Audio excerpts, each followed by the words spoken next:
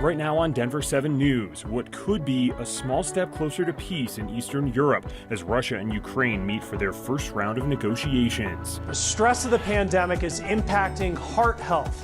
The signs to watch for even if you don't have underlying conditions. And festivals generate a lot of plastic waste every year. The new type of plastic that's better for the environment getting its first tryout at Mardi Gras. And a new strategy by Colorado lawmakers to fight climate change. The new bills that could impact how you commute to work. We start off with a live look from Kyiv. Night has now fallen on the Ukrainian capital, and you can see very few buildings are lit up right now. That's because Ukrainians are keeping their lights off on purpose to make it harder for Russian troops to get around. So far, the most intense fighting has happened under the cover of darkness during the hours of midnight to 4 a.m. Ukrainian representatives met with Russia this afternoon in the first round of negotiations to try to end this war. The hours-long talks included discussions on priority topics the Ukrainians say could lead to mutually acceptable solutions. Russian forces are suffering heavy losses, more than 4,000 troops, according to the Ukrainian military. U.S. intelligence officials say that's because of skilled fighting by the Ukrainians and because Russian troops are extremely undersupplied. A few hours ago, a massive Russian military convoy reached the outskirts of Kyiv, which could give Russia a much-needed boost. Russia's President Vladimir Putin says he also put his nuclear deterrent forces on high alert in response to what he claims are aggressive statements from NATO countries. Ukraine's ambassador to the UN says Putin's actions will lead to his eventual downfall and death. If he wants to kill himself, he doesn't need to use nuclear arsenal. He has to do what the guy in Berlin did in a bunker in May 1945. Now here at home, the White House says it has taken steps to mitigate any impacts on oil prices, but declined to provide specific details. And here in Colorado, state lawmakers are showing their support for Ukraine. Today, the state House passed a resolution supporting that country. The bipartisan bill was sponsored by Republican Patrick Neville and Democrat David Ortiz, both of whom are veterans. We must do everything we can, even though we be yet humble and simple state legislators, to support the people of Ukraine and to urge our federal delegation and this administration to do everything that we can to support the Ukrainian people. Now, while this was mostly a symbolic move, Governor Polis has previously said Colorado is ready to accept Ukrainian refugees. Any Americans who are in Russia are being told to consider leaving immediately. Airlines continue to cancel flights in and out of the country.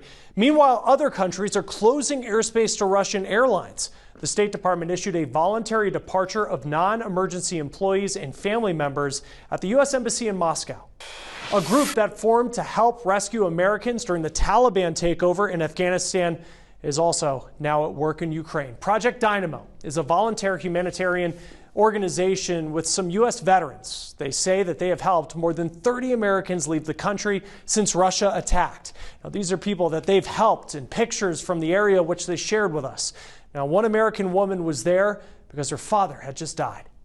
And she had just gotten to the country less than 24 hours before the bombs started. And once she was in and the civil airways were shut, she didn't have a way out. So, we were there to help her. Project Dynamo's co-founder says they learned from Afghanistan and had people in place in Ukraine several weeks before the invasion. They say requests for help have surged to more than 1,000. People can register requests on their website. That is projectdynamo.org. Airbnb is stepping in to help those escaping Ukraine. The company says that it will offer free short-term housing for up to 100,000 refugees. The company says those interested in offering housing do not have to be official Airbnb hosts. Airbnb did do similar work for around 20,000 Afghan refugees escaping the Taliban. There are ongoing malicious cyber efforts related to the conflict in Ukraine. Google and all major social platforms are working to remove and prevent disinformation. Facebook says it already uncovered Russian efforts posting false claims about Ukraine being a failed state. There's also been a surge of hacking attempts of high-profile Ukrainians. Google and YouTube have stopped allowing Russian state media ads. Meanwhile, the International Olympic Committee has recommended banning Russian and Belarusian athletes from competition. The organization says it prefers not to punish athletes for government actions, but these are exceptional circumstances. Pointed out that many Ukrainian athletes are not able to compete because of what has been going on. Today, FIFA, which is the governing body of soccer, responded, announcing it is suspending Russia from international play. President Joe Biden's first State of the Union address will take place tomorrow night in the shadow of the war in Ukraine. You can watch the speech right here on Denver 7. We'll have analysis afterwards on Denver 7 News at 10. Colorado Attorney General Phil Weiser announced a lawsuit against several companies that produce firefighting foam. It's over their use of PFAs, or so-called forever chemicals, in that foam. Now, the lawsuit claims they have seeped into water sources across Colorado and could potentially cause health problems down the road. Now, these chemicals are linked to things like cancer and birth defects and last a very long time. State lawmakers, meanwhile, are debating a pair of bills to encourage Coloradans to stop driving to work.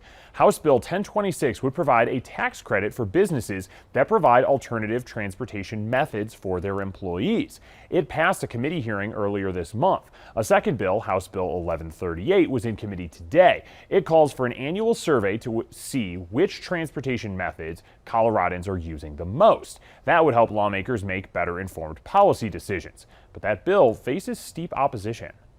Really, Coloradoans depend on their cars, and we don't believe it should be up to the state legislature to make it harder for or incentivize them to move people out of cars. People are always going to have the freedom to choose, and what we're trying to do is give them a better system with better options.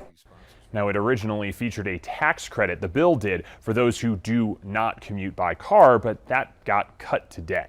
Still, lawmakers hope the bills are a step in the right direction to reducing climate change. Aurora City Council will discuss a homeless camping ban tonight. Under the new proposal, homeless people would be forced to leave 72 hours after a complaint, and the city manager would be required to provide shelter for people being moved. Mayor Mike Kaufman tried to introduce a ban last summer, but it failed twice.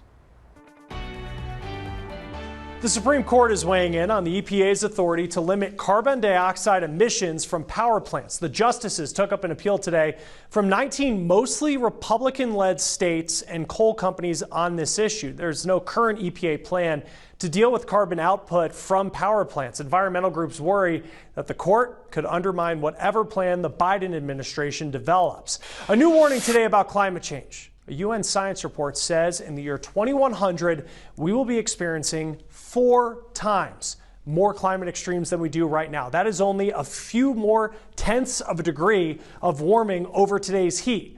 The scientists say if temperatures increase a little more than 3 degrees Fahrenheit from now, we would experience 5 times the floods and heat waves that we're seeing today.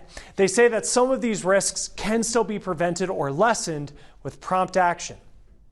Well, we've learned a lot about how medical trials work during the pandemic. We'll talk a little bit about why consumer advocates and public health experts want you to apply that same knowledge to other products marketed to help with various diseases and conditions. Plus, Marshall Fire victims are starting to rebuild, but they're already facing obstacles. Why they say red tape is making the process harder.